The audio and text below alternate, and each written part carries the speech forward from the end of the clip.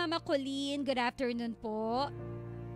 Na ako'y pinagdadaanan, okay lang ba na ibisaya na ako? Ako po si Sheena, ug naglibog jud ko ma'am, ug unsa o asa ko nagkulang sa ako ang bana. Anyway, ka-winner, no, basahin ko muna yung Bisaya version ng kaniyang pinagdadaanan. Then maya-maya itatagalog naman natin. Alright? Pero kung Bisaya ka, ay, makasabot ka, Bi. Kung dali ka Bisaya, good luck na lang ni mo, Bi. Charot! Hindi, naitagalog nga version. Pero umpisahan natin sa Bisaya nga version. Maayong hapon sa tanan nga mga Bisaya nga naminaw karon sa programa ng Mama ng Bayan. Ang mama ni mga Bisalog, Bisayang Tagalog, wala lang umaalog.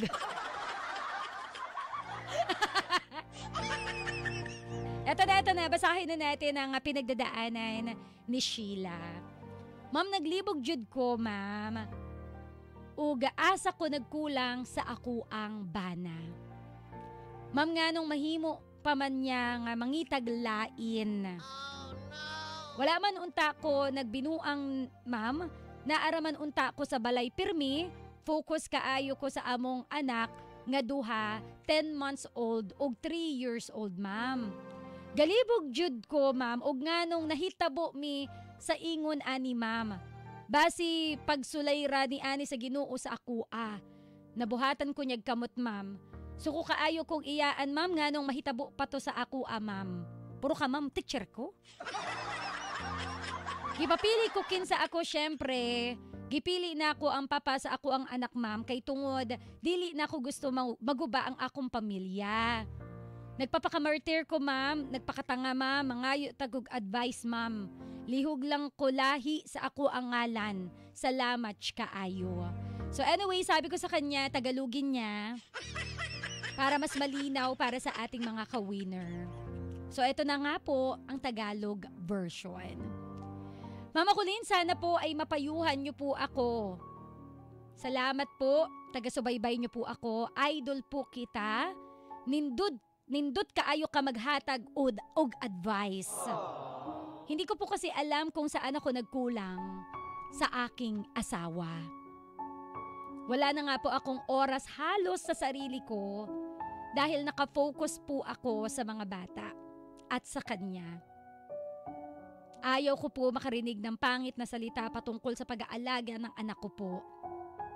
Kahit sinong nagsasabi, ma'am, bakit daw po nagawa sa akin yun, ma'am? Litong-lito po ako.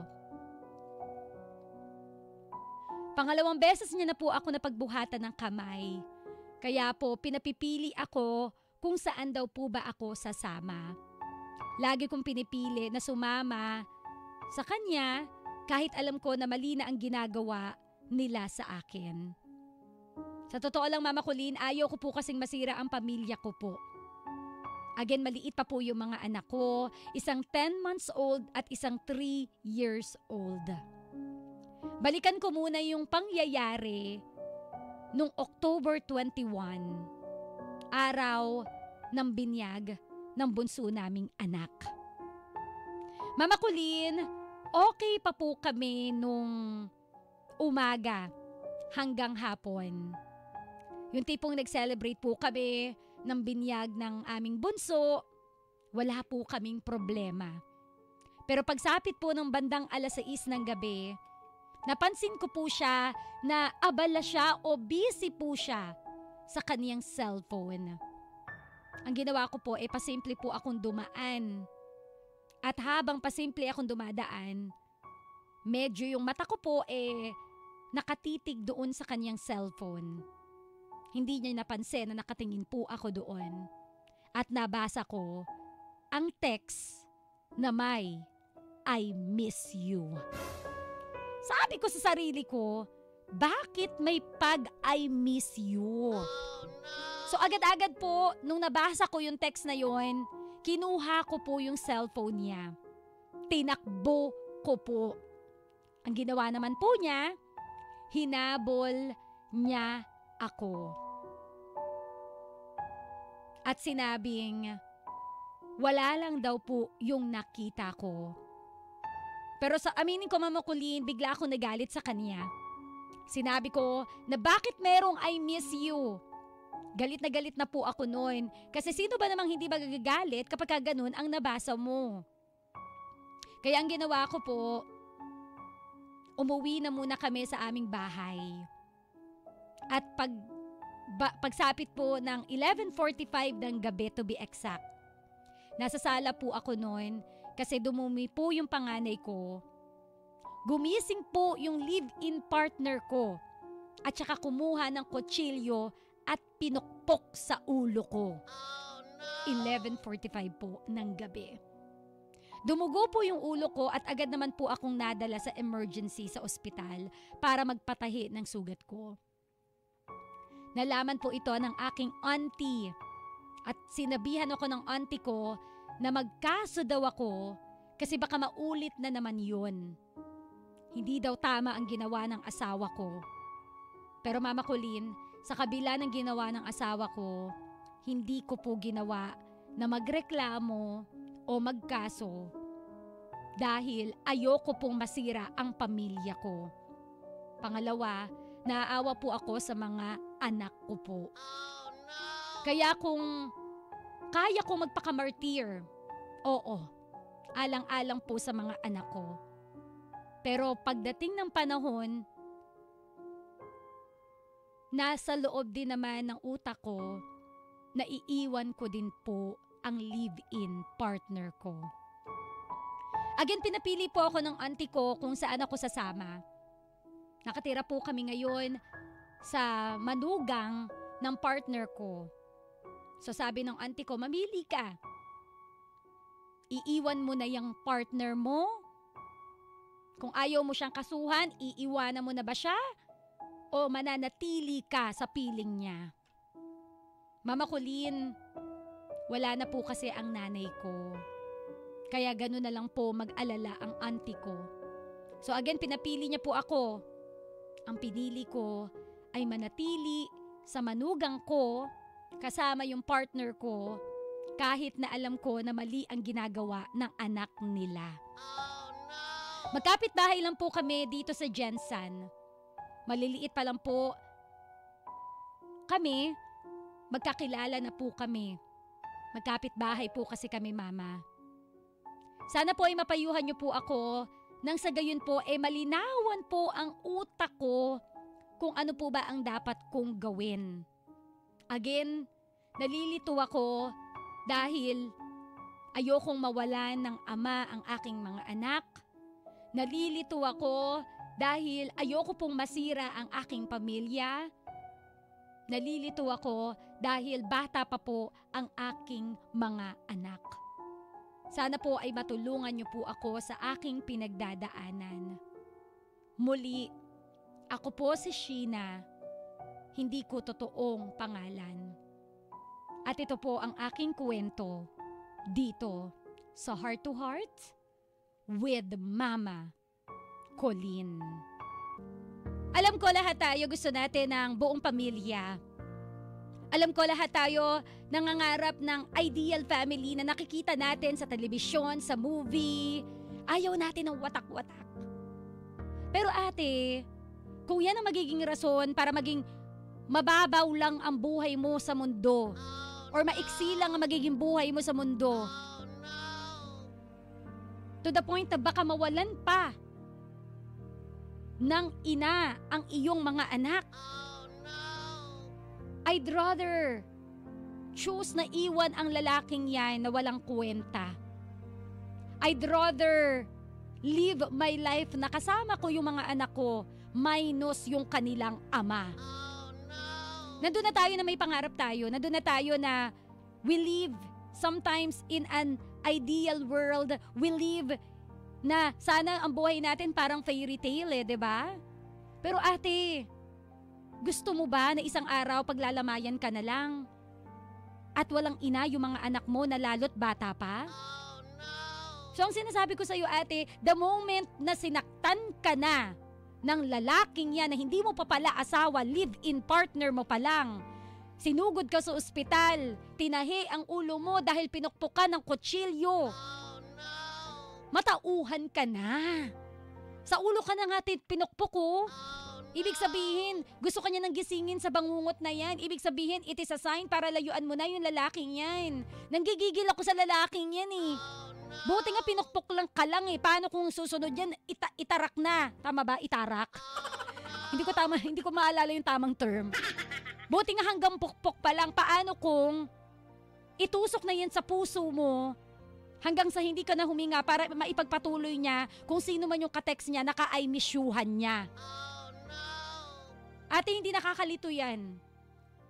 That is a wake-up call for you to wake up sa masamang bangungot at lumayo sa maling tao na akala mo ay tama para sa'yo.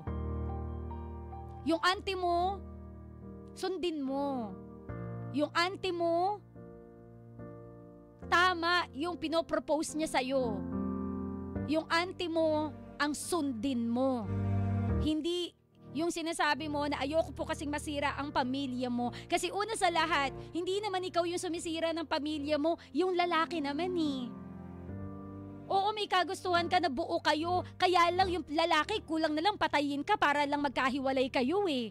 'Di ba? So ano pa yung pinag-iisipan dyan, ate? Pinag-iisipan pa ba yan? Girls, automatic po ah. Kung hindi lang unang beses, pumangalawa pa.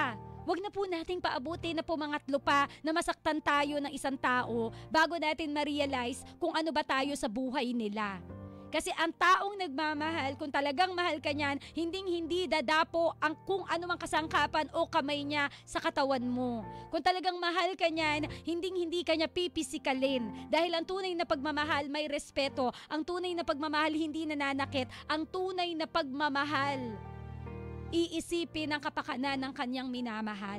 Pero kung ganyan, ngayon pa lang, hindi pa nga kayo kasal, live-in partner pa lang kayo, tapos maliliit pa lang yung mga bata, ipinagbubuhatan ka na ng kamay.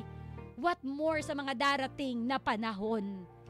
It is never right, bebe ko, na itolerate ang tao, nasaktan tayo physically. Alam ko gusto mo ng buong pamilya, pero hindi ito yung pamilya na nararapat sa'yo. Hindi siya yung partner na nararapat sa'yo. Kasi ngayon pa lang, nakita ng anak mo na sinaktan ka? Is that the normal life na gusto mong ibigay sa anak mo? Yung makikita ng anak mo na pupukpukin yung nanay nila ng kutsilyo? Oh, no. It's not normal. So please, piliin mo ang sarili mo, ilayo mo yung anak mo sa maling mundo na pwede nilang makalakihan. Mahal mo, nandun na tayo, pero ang tanong, mahal ka ba? Then why settle for less? Ikaw na nagsabi, hindi lang ito yung unang beses na ginawa niya. Ikaw na ang nagsabi na nasa bahay ka lang, nakafocus ka sa mga anak mo. Kung may pagkukulang ka man, hindi natin alam. Hindi pa rin to passes para saktan ka physically. Kung meron ka mang naging pagkukulang, kung halimbawang sabihin niya, kasi nakarinig ako ng ganito, no? Hindi daw kasi masarap magluto, kaya sinasaktan. Hindi daw kasi magaling sa kama, kaya naghanap ng iba. Hindi pa rin ito passes para saktan ka physically o mambabae siya. Pwede ka namang hiwalayan ng tama eh. Pwede naman niya sabihin na lang sa'yo na, sorry, may mahal na akong iba eh. Pero yung saktan ka physically, ate, red flag na yan. If you will tolerate this guy in hurting you physically, kung ipapakita mo sa kanya na despite ng pananakit niya sa'yo, mananatili ka sa piling niya, it will be a routine and it will be a habit. And it will never stop because you just tolerated this kind of actions. So ate, sorry, nanggigigil ako. Ako sa'yo, sundin mo ang sinasabi ng auntie mo at wag yung puso mo. Kasi yung puso mo, yung utak mo, ipapahamak ka niyan. Kung meron ka mang dapat sundin, yung auntie mo at si Mama Colleen. Kahit pa gaano kabuti yung mga manugang mo, yung mga biyenan mo, Kung walang kwenta naman yung pinapakisamahan mo at may sa demonyo. Kasi minsan 'di ba may mga ganyan may mga options tayo na we stay in a relationship because okay yung magulang, okay yung manugang, wala kang problema. Ang problema mo lang yung anak nila, yun nga yung kasama mo sa bahay Yun nga yung pwedeng pumatay sa'yo Bakit mo pipiliin yun? Pwede mo pa rin namang ituloy yung good relationship mo with your manugangs and with your biyanan. Okay lang na pwede pa rin may connection ka sa kanila Pero yung kasama mo na pwedeng isang umaga gumising ka, duguan ka na lang, lumayo ka na dyan. Okay? So hindi ko napahabain, ate girl. Huwag mong sundin yung puso mo. Lagi nila sinasabi kung ano ang nasa puso mo, sundin mo. But this time, I won't suggest na sundin mo ang puso mo. Kasi yung puso mo ngayon, mahal mo siya. Ayaw mong pakawalan dahil mahal mo siya. Ayaw mong pakawalan dahil ayaw mo ng broken family. Sorry pero yung sinisigaw kasi ng puso mo ngayon, yan ang magpapahamak sa'yo, maging sa mga anak mo. So wag na po nating antayin na bukas makalawa paglalamayan ka kasama ng mga anak mo. Wag na po nating antayin na magsisi tayo at sabihin natin kung saan na iniwan ko siya noon pa. Di sana wala akong pinaglalamayan ngayon. Save yourself from this kind of guy. Save yourself from this kind of guy na walang respeto sa'yo. Kung binibigyan ka na ng red flags, lumayo ka na habang may tsansa ka pa na isalba ang sarili mo at ang mga anak mo. Okay? Mas maigi pa na hiwalay kayo kesa buo nga kayo pero basag na basag naman ang damdamin mo. Please, save yourself. Kawinner, yan po ang kwento ni Sheena. Hindi niya totoong pangalan. Dito sa Heart to Heart with Mama Colleen. It's time for you to also speak from your heart. Anong masasabi mo, maa-advise mo kay Sheena? Sa aking pagbabalik, yung sausaw mo ang bibida, mag-text lamang po sa 0977-7000-915. Or tumawag mamaya. Mamaya po, hindi ngayon, mamaya. Sa 0915-3128-215. Once again, sa aking pagbabalik, ikaw naman ang bibida dito sa programang May Puso, Heart to Heart with Mama Colleen.